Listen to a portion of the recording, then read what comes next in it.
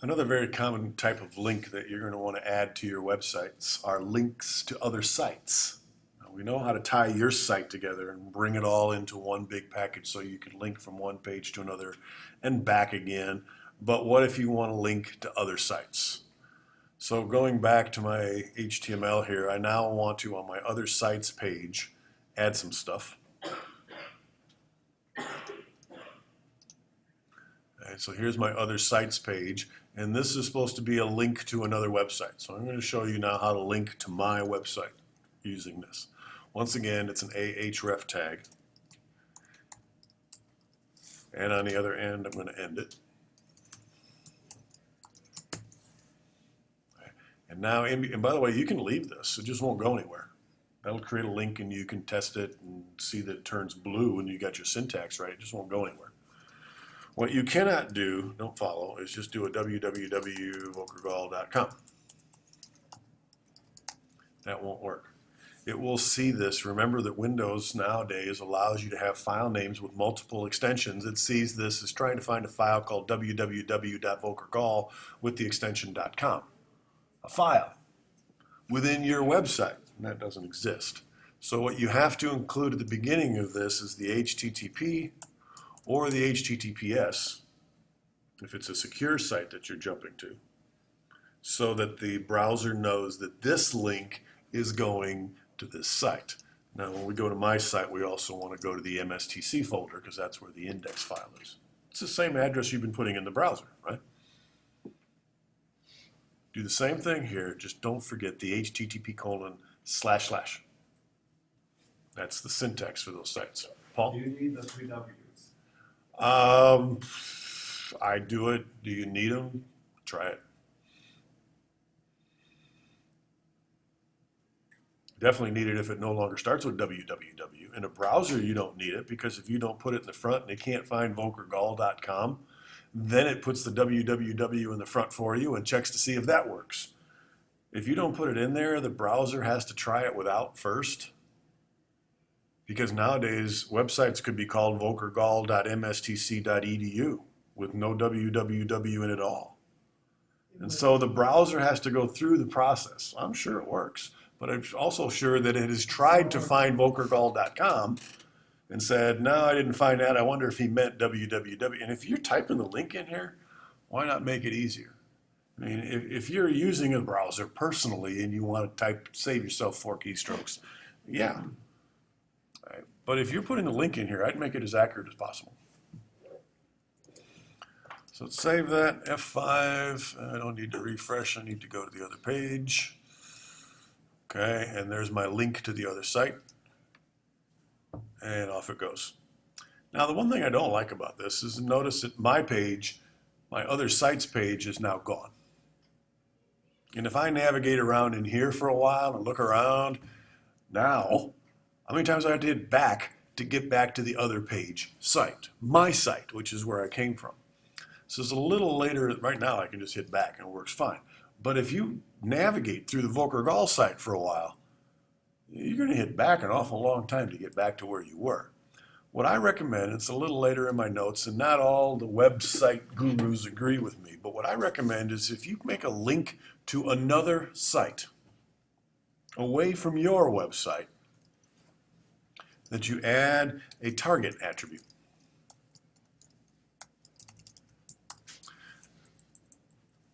That's target underscore blank, which is bizarre, the actual word blank. Okay. What that says is open this in a new window. All of today's browsers don't open it in a new window, they open it in a new tab. In my notes, if you have an old set floating around, it says that IE opens it in a new window, not IE 11. So now if I save that and come back here, F5, and I click on this, I got a new tab, and if I get tired of navigating around here, I close this one and I'm back to where I was before, or I can switch back and forth. So that's my advice. And if you're ever, this is for your knowledge, but maybe it'll also help some of your friends. If you right-click a link, all the browsers will give you a choice. Open in a tab, open in a window, open in a private window. Or if you click on the scrolling button. The scroll, it depends on if your button's defined, yeah. It's a right click, isn't it? On some, no, okay. It'll open it in a different window, different tab. Well, here it works in a different tab anyways. It used to be that they would open them in a new window, but that's kind of gone away since all the browsers have these healthy tabs they fight around with. They put everything in a new tab automatically. So that's a little later in my notes. My notes do mention that not everybody agrees with me on this, but I think that's a good way to go. If you're leaving your site, put it in another tab. And you may have noticed that happening on my website when you, oh, let's see, where can I go here? I don't lose everything. If you click on Blackboard, it opens a new tab because I don't consider that part of my site. If you click on OneDrive, it opens a new tab. I've instituted that in my website as well. Okay, back to my notes. So we did that. We saw that when you jump from your page to another page in your site, you can link to a bookmark. Many pages have bookmarks. For instance, my web programming syllabus page has a lot of bookmarks. You can guess because of the toolbar up here. And I can jump down here to the environment section. Well, if you know that there is a section that you want to jump to on somebody else's site, and you know there's a bookmark, the challenge is how do you know there's a bookmark? In my case, there's that visual clue of this menu up here. Go to that page, navigate to it, okay? And let's see, if I jump down there, what's my address bar? It has the pound classroom in it. And steal this address. Classroom environment. Copy it, paste it. There's another way. Is that what you're going to tell me? No. But the thing what you said with that is some sites, like for example, the Midstate email site, if you go to the site, the URL that they take you, that you go there with, it'll suddenly change. Yep, it'll change. And some sites will do that. And it's annoying, hard to bookmark, right? Because many of my programming logic students have found it hard to bookmark their email page. Because when you click on it, when you click on the link that MSTC has, it's a short little link. It's outlook.com/mstc.edu, by the way, if you haven't written it down. Okay? And if you're not sure, remember you can hover and see it. And so I had the same problem, but I've changed my email link to take me to outlook.com/mstc.edu and not the big old thing of the login screen. I did once upon a time save the login screen and make that my bookmark. Doesn't work. Why not? It's a Microsoft site. Don't go there. No, I don't know. Here's another way you can steal the address of this. If I right-click it, I can save the link. Or I can copy the link location to my clipboard. This is great for other sites. It doesn't work for yours because yours, you'll get the full path. You don't want the full path in yours. You want relative paths inside your website. So don't use this technique for your site within your site, but you can use this to link to other places. So I just copied that to the clipboard. And now over here, I have a link to a bookmark on another web page's site. So that's my syllabus bookmark. Once again, I think I'm going to start a new line here. And this is kind of the way I like to do these. A equals href. I think it's Justin. He's not here, so I'll pick on him. Grief. He likes to put spaces between all this stuff. I think it gets kind of long with all the spaces around equal signs and spaces around tags and all kinds of things. So I keep it pretty smushed. And now here's where I want my link. Paste it. There it is. What's with %20s?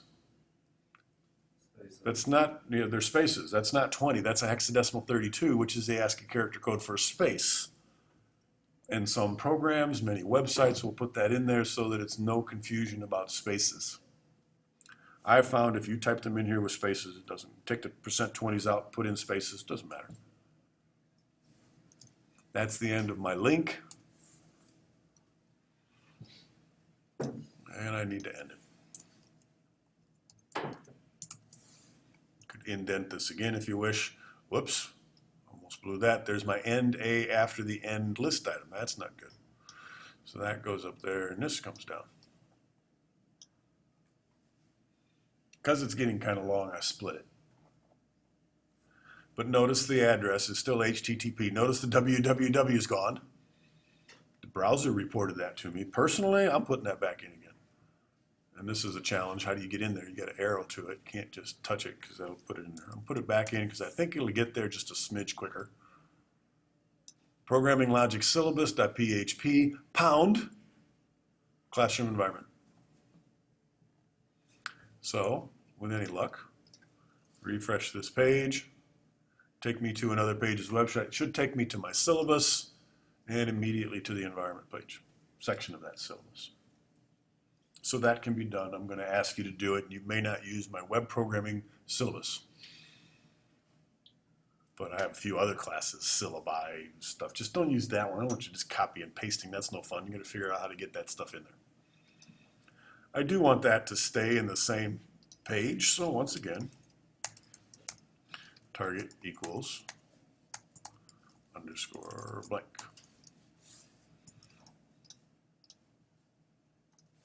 F5 to refresh it, go there again, and this time it goes in a different tab. So all those techniques work in all the different circumstances. Questions?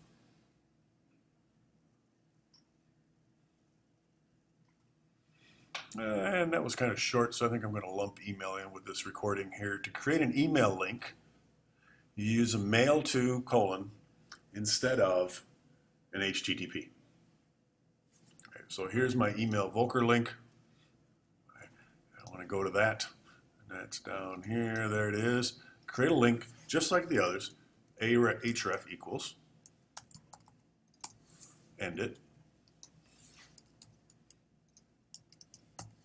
And actually, I think I'm going to split it because I know some long stuff is coming. And in here, you start with mail to. And then whoever's email, you got to put the email address in here the proper way. Save that, come back here, F5. Again, touch it, notice down at the bottom it says mail to. Now there's a problem with mail to links. They only work if you have a mail program installed and appropriately configured, like Windows Mail and Windows 8. It's there, but you have to configure it and connect it to an email account. Otherwise, every time they click on this, it pops up and says, hey, welcome to Windows Mail. Let's get you configured. Where do you want to go? And they go, what's this? Yeah. So that's, if there's a downside, now I happen to have Outlook installed here, so this will work. And this will send an email, and it'll just open an email window. Please, there we go. With the address already punched in. This is my signature, so ignore that. Okay, but the address is already there, because I have Outlook installed. If I don't have Outlook installed, this tries to install it or tries to install some mail client. So that's the downside to these now, and a lot of people have kind of gone away from them for two reasons. One is if you don't have Outlook or something installed now, you got a different problem. And the second being email harvesters. There are a lot of web bots out there that people have written that just walk all over. I just see them as little spiders, right? Walk all over the web, and every time they see a mail to, they go, oh, that's an email address, and they grab it, and they send it to the mothership. And then they walk to other sites, and after a while, the mothership's got this tens of thousands of email addresses that are probably valid because they pulled off a website, and they can sell them. And so a lot of people don't like putting their email in their web pages anymore, or click here to email me, because that could be stolen.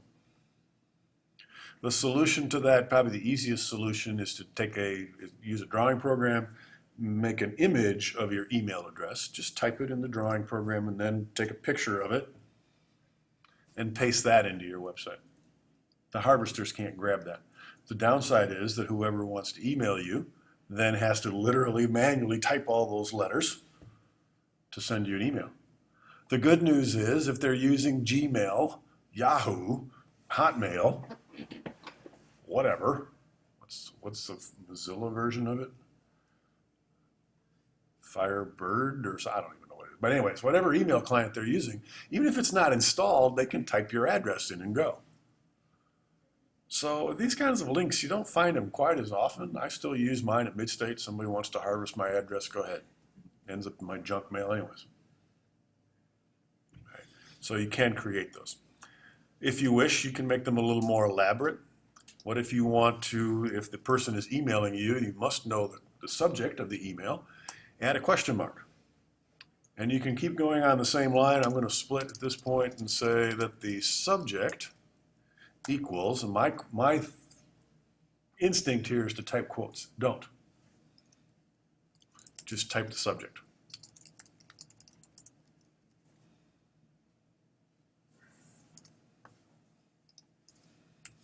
But the question mark is the key part there.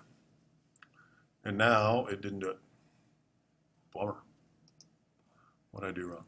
I wonder if I think the question mark has to stick to the word subject, otherwise it gets a little confused here. So let's remove it from there and put it here, see if that helps. I think it's equals, or is it colon? Subject equals, okay? Wait a minute. What did my notes say? That's a lie right there. Because notice it down here, question about links. So I think the question mark was just in the wrong place. I got to fix that. Save this, refresh. Let's try that again. There we go.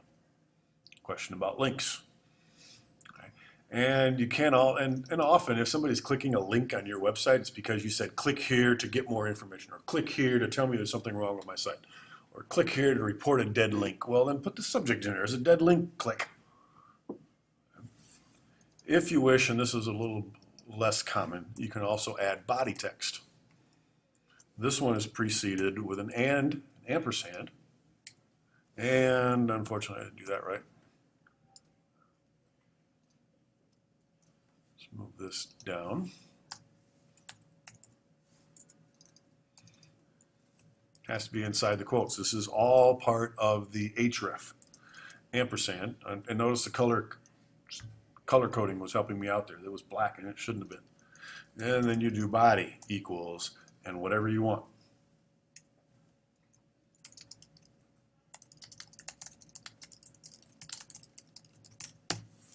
And it will add it to the body. And you can be very long here. You can put breaks in and try stuff. I don't get too carried away with this. So you can experiment with it. But I'll save that, close this message. And what I'm expecting it to do is add it here, and this stuff just gets pushed down.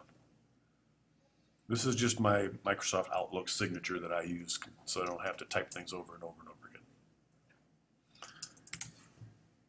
again. Nope, wiped out my signature. Pretty cool. I guess. But I said that's what I want the body to be. Okay. So those are email links. Not used as much as they used to be. Questions about those?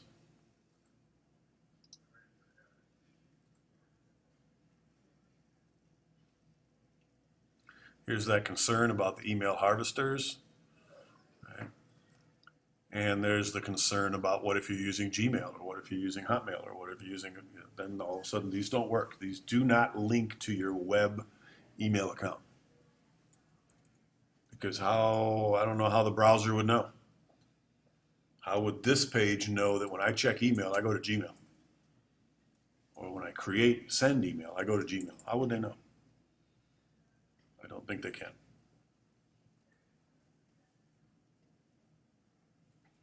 We did the showing links in a new window already. And so let's stop this recording temporarily.